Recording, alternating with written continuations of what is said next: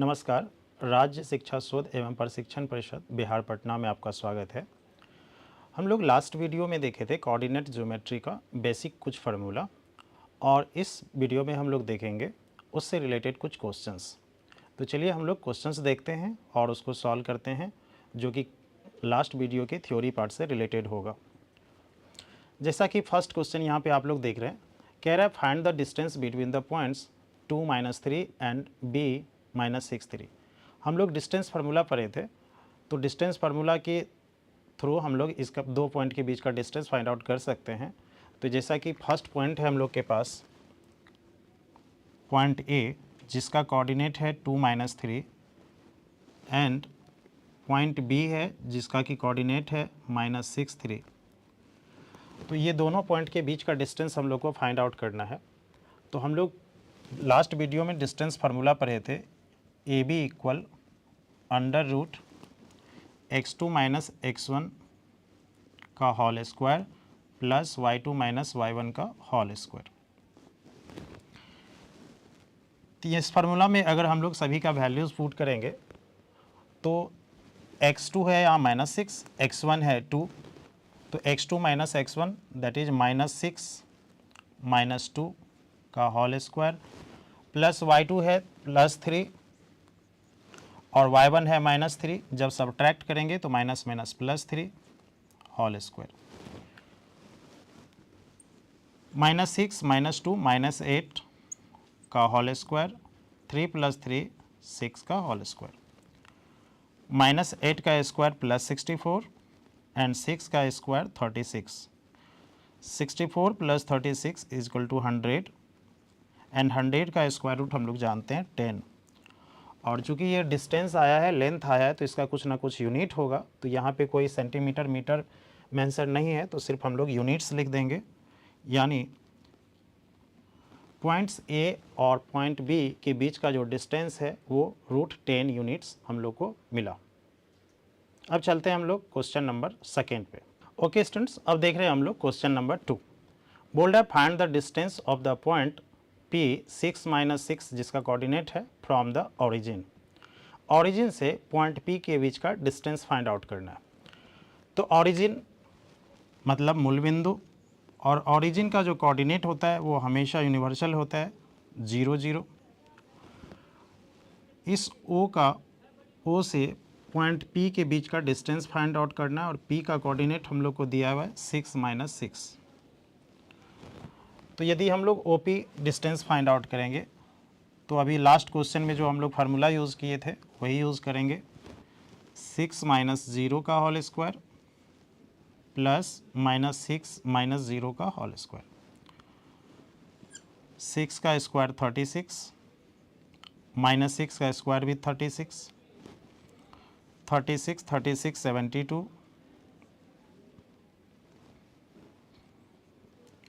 अब इसको हम लोग रूट को ब्रेक कर लेंगे, तो ये हो जाएगा हम लोग को 6√2 यूनिट्स।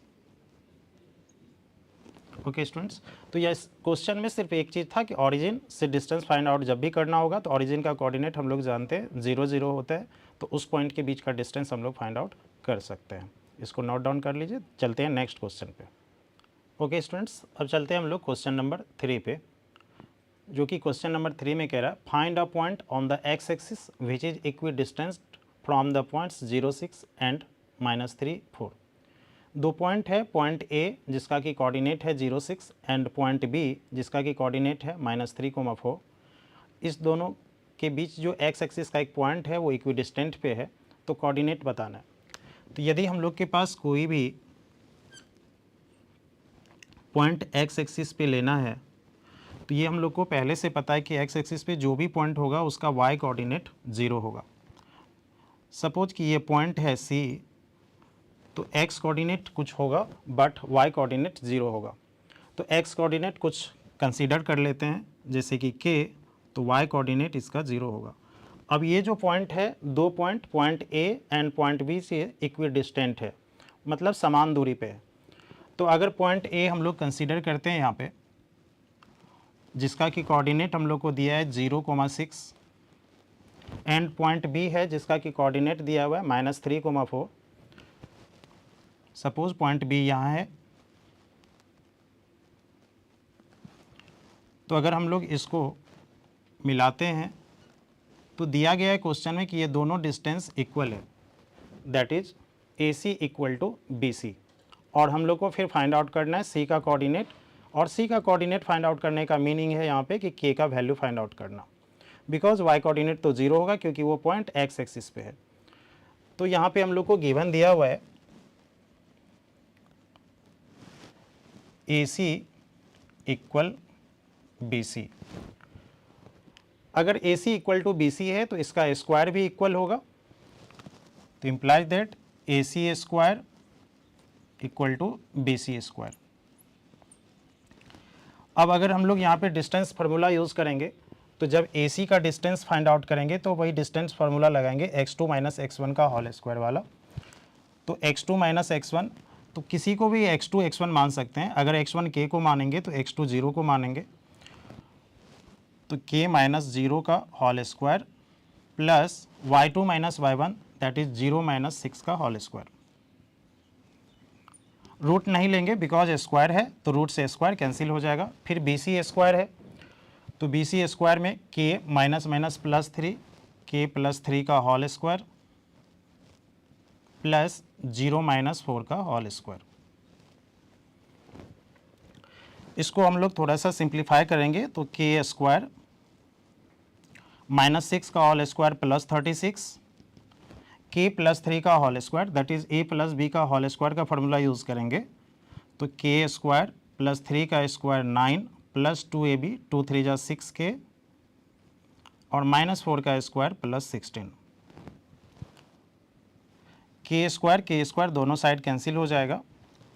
लेफ्ट साइड में हम लोग के पास बचा 36 और इधर हम लोग के पास बचा 6k, 16 प्लस 9 25,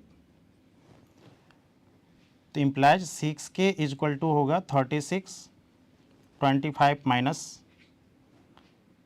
दैट इज 11, तो 6k is equal to 11 implies that k is equal to 11/6। तो ये k का वैल्यू जो आया वो 11/6 आया, और k का वैल्यू 11/6 से है, वो x कोऑर्डिनेट है पॉइंट C का। तो देयरफॉर रिक्वायर्ड पॉइंट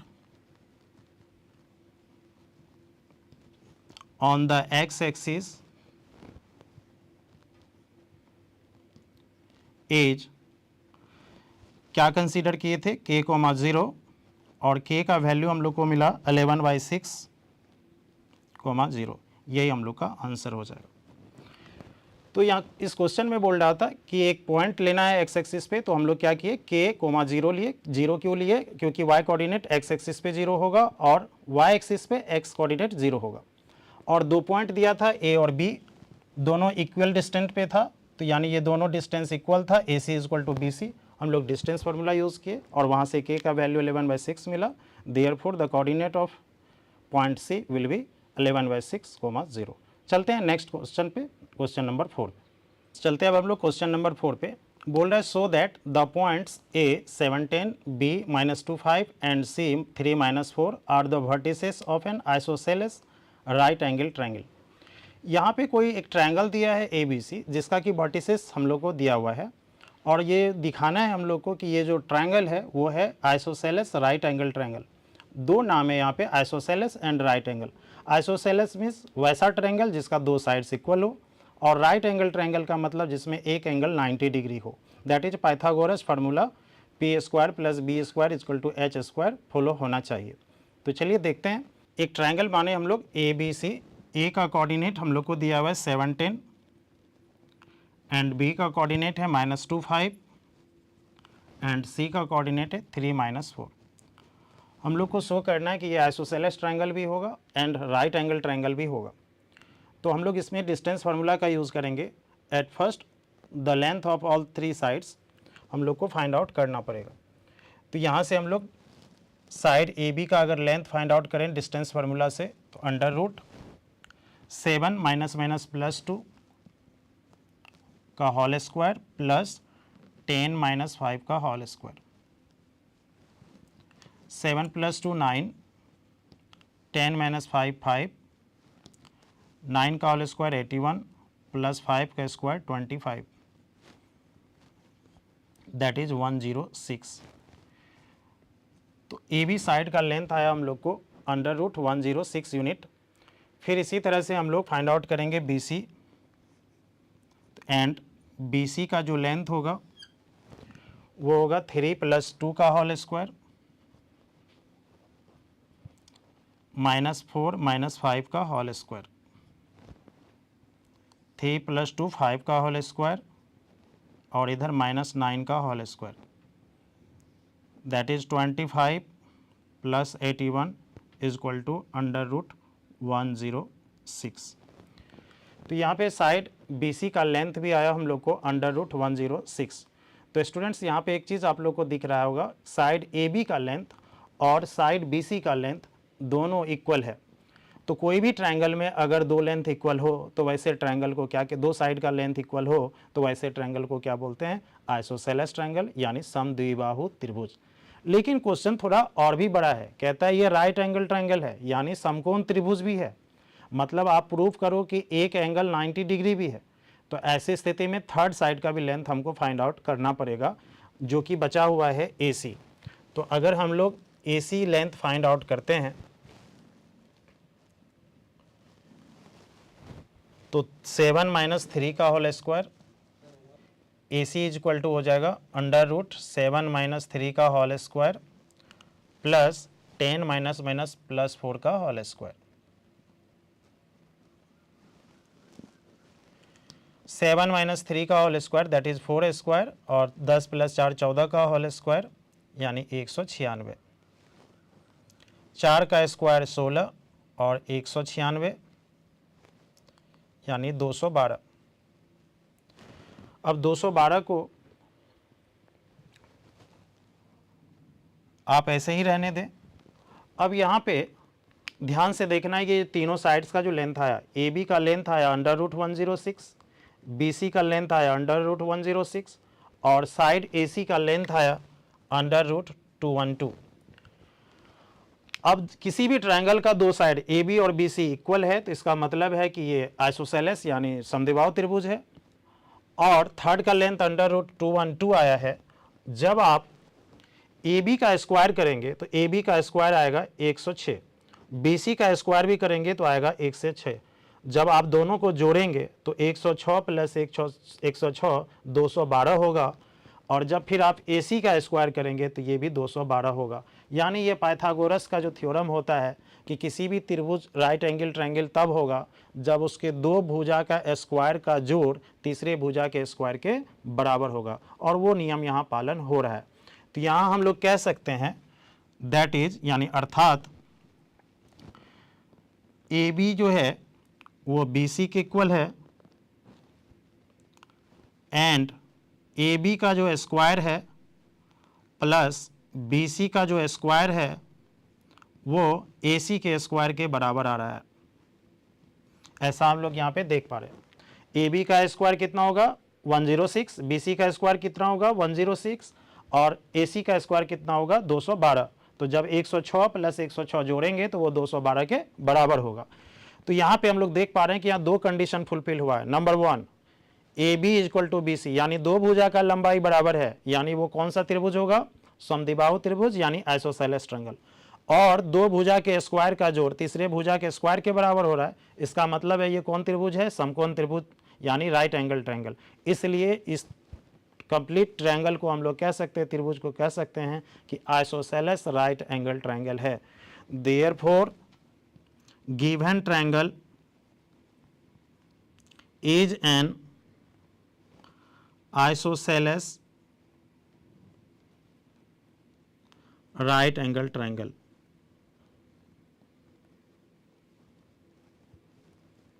यही हम लोग को प्रूव करना था, शो करना था, दिखाना था। आशा करते हैं स्टूडेंट्स अच्छे से समझ में आया होगा। चलते हैं क्वेश्चन नंबर 5 के पास। ओके स्टूडेंट्स, चलते हैं अब हम लोग नेक्स्ट क्वेश्चन पे, दैट इज क्वेश्चन नंबर 5 पे। जैसा कि आप देख रहे हैं, कह रहा है so that the points A, B, C and D are the angular points of rectangle. हम लोग को दिखाना है कि ये जो चार पॉइंट्स है ये किसका वर्टिसेस है? रेक्टेंगल का यानी आयत का। तो एक आयत हम लोग बना लेते हैं।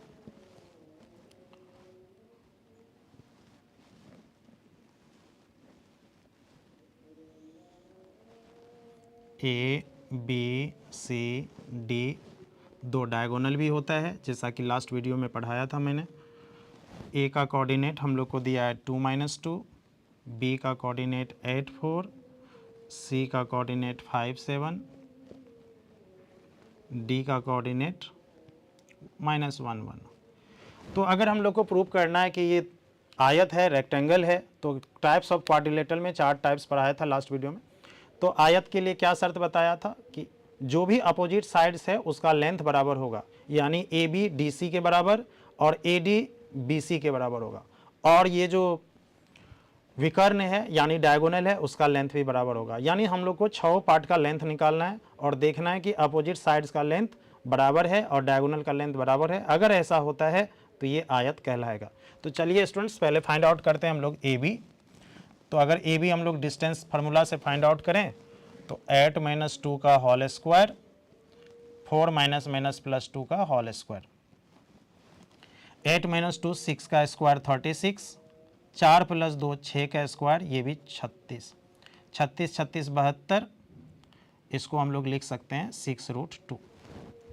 इसी तरह से हम लोग DC पहले पता कर लेते हैं, जो कि वो अपोजिट साइड से तो बराबर दिख जाएगा।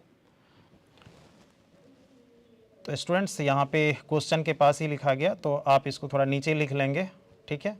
अब DC फाइंड आउट करते हैं। DC का जो वैल्यू होगा वो √5 -+1 का होल स्क्वायर, 7 - 1 का होल स्क्वायर, 5 + 1 6 का स्क्वायर और 7 - 1 6 का स्क्वायर, इसको भी आप लिख सकते हैं 6√2। तो जैसा कि आप देख रहे हैं ए बी और डी सी का लेंथ आपस में क्या है? बराबर है, इक्वल है। फिर इसी तरह से ए डी का लेंथ फाइंड आउट करेंगे। ए डी इक्वल √2 + 1 का होल स्क्वायर प्लस -2 - 1 का होल स्क्वायर। इसको अगर हम लोग सॉल्व करेंगे स्टूडेंट तो 3 स्क्वायर प्लस 3 स्क्वायर, इसको लिख सकते हैं 3√2। फिर इसी तरह से हम लोग BC फाइंड आउट करेंगे। तो BC इक्वल होगा 8 - 5 एंड 4 - 7 इसका स्क्वायर, 8 - 5 3 स्क्वायर, 4 - 7 -3 स्क्वायर। आप लोग को पता है कि माइनस का स्क्वायर हो या प्लस का स्क्वायर हो, प्लस ही होता है। तो 3 स्क्वायर प्लस 3 स्क्वायर यानी 3√2। तो स्टूडेंट्स आप लोग देख पा रहे होंगे अपोजिट साइड्स का लेंथ बराबर आया है। ए बी जो है डी सी के बराबर आया है और ए डी जो है बी सी के बराबर आया है। ए बी डी सी के बराबर और ए डी बी सी के बराबर। अब हम लोग देखेंगे कि इसका डायगोनल का लेंथ बराबर है या नहीं है। तो चलते हैं हम लोग फाइंड आउट करते हैं डायगोनल ए सी का लेंथ। एंड ए सी बराबर, ए सी का जब लेंथ हम लोग फाइंड आउट करेंगे तो 5 - 2 और 7 -+2, तो 5 - 2 का होल स्क्वायर, 7 -+2 का होल स्क्वायर, तो 3 का स्क्वायर और 9 का स्क्वायर, 3 का स्क्वायर 9, 9 का स्क्वायर 81 यानी √90। ठीक इसी तरह से स्टूडेंट्स हम लोग BD का भी लेंथ फाइंड आउट कर सकते हैं। डायगोनल BD यानी विकर्ण BD का 8 -+1 हो जाएगा होल स्क्वायर प्लस 4 - 1 का होल स्क्वायर हो जाएगा। तो 8 + 1 9 का स्क्वायर और 4 - 1 3 का स्क्वायर, 9 का स्क्वायर 81, 3 का स्क्वायर 9 यानी √90। तो डियर स्टूडेंट्स जैसा कि आप लोग यहाँ देख पा रहे होंगे कि डायगोनल AC का लेंथ और डायगोनल BD का लेंथ दोनों आपस में क्या है? बराबर है। और अपोजिट साइड्स का जो लेंथ है वो भी क्या है? बराबर है। तो हम लोग पढ़े थे क्वाड्रिलेटरल का पहला टाइप रेक्टेंगल, जिसका कि कंडीशन यही था कि अपोजिट साइड्स का लेंथ बराबर होगा और डायगोनल का भी लेंथ बराबर होगा। तो लिखेंगे हेयर यानी यहाँ पर AB = DC and AD = BC and AC = BD। Therefore given quadrilateral यानी चतुर्भुज इज ए रेक्टेंगल यानी आयत है। ओके स्टूडेंट्स, होप आप लोग अच्छे से समझ गए होंगे। ओके स्टूडेंट्स, चलते हैं हम लोग नेक्स्ट क्वेश्चन पे, दैट इज क्वेश्चन नंबर 6 पे। जैसा कि हम लोग यहाँ देख रहे हैं क्वेश्चन नंबर 6 में कह रहा है इफ द पॉइंट्स, 4 पॉइंट दिया है और ये वर्टिसेस है किसका, पैरेललोग्राम का यानी समांतर चतुर्भुज का, तो वैल्यू निकालना है एक्स और वाई का। तो एक पैरेललोग्राम देखते हैं हम लोग।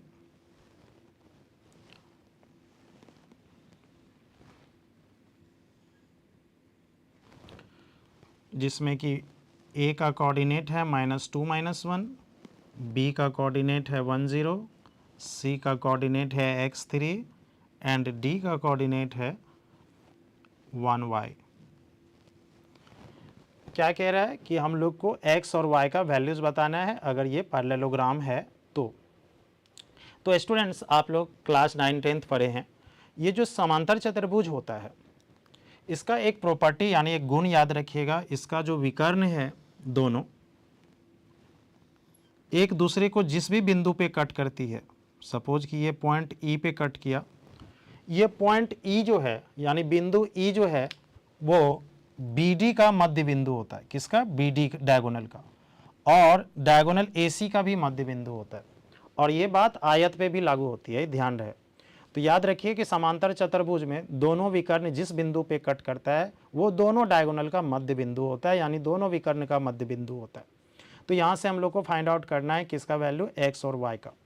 फिर क्लास 10th में आप लोग एक फार्मूला पढ़े होंगे, थोड़ा सा डिस्कस कर देता हूँ कि यदि पॉइंट A है जिसका कोऑर्डिनेट x1 y1 है और पॉइंट B है जिसका कोऑर्डिनेट x2 y2 है, इसके मध्य में स्टूडेंट 2 सेकेंड यहाँ पे इधर लिख लेंगे आप लोग।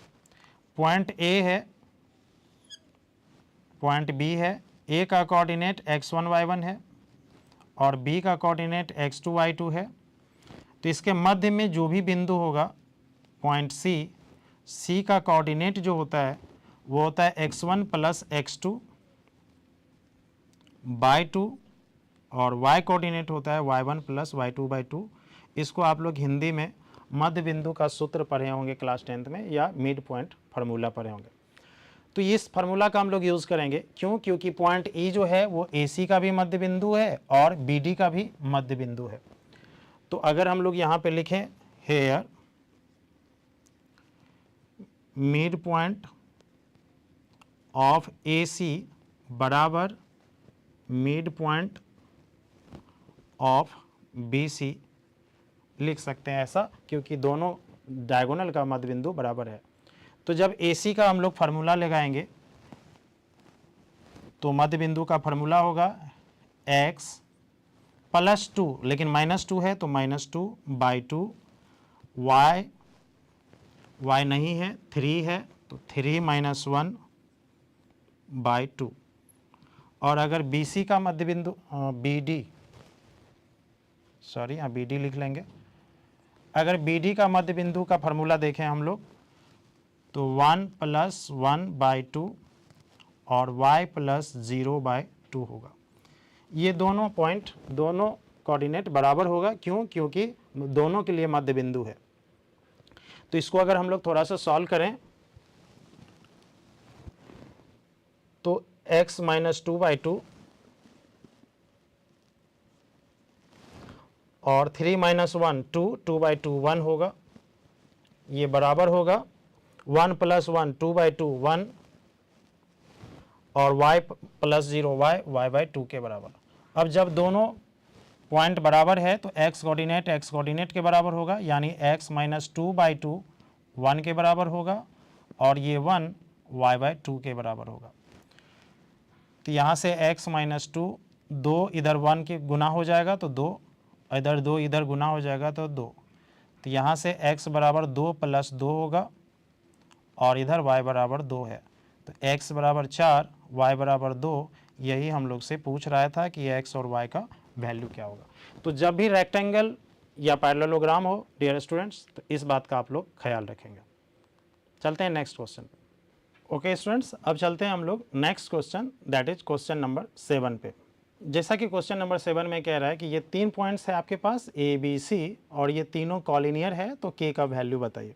तो डियर स्टूडेंट्स, कॉलिनियर के लिए बताए थे 2 फार्मूला यूज़ कर सकते हैं, एक डिस्टेंस फार्मूला और एक एरिया फार्मूला। जब भी किसी का वैल्यू फाइंड आउट करने बोले आपसे, तो ये याद रखिएगा हमेशा एरिया फार्मूला यूज़ करिएगा।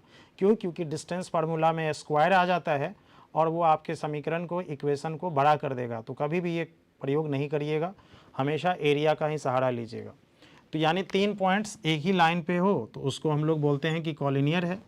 पॉइंट ए है -2 3, पॉइंट बी है 1 2 एंड पॉइंट 3 है K0। ये तीनों पॉइंट्स कॉलिनियर है, तो हम लोग को किसका वैल्यू फाइंड आउट करना है? K का। तो हम लोग जानते हैं कि यदि तीनों पॉइंट्स कॉलिनियर हो, since points A, B and C are collinear, therefore area equal to 0। क्या फार्मूला पढ़ाए थे एरिया के लिए? x1 y2 minus y3 plus x2 y3 minus y1 plus x3 y1 minus y2 equal to होगा 0। अब कहेंगे sir area में तो हाफ भी था, हाफ 2 0 की ओर चले जाएगा, उसको नहीं लिखना है क्योंकि वो 0 ही हो जाएगा।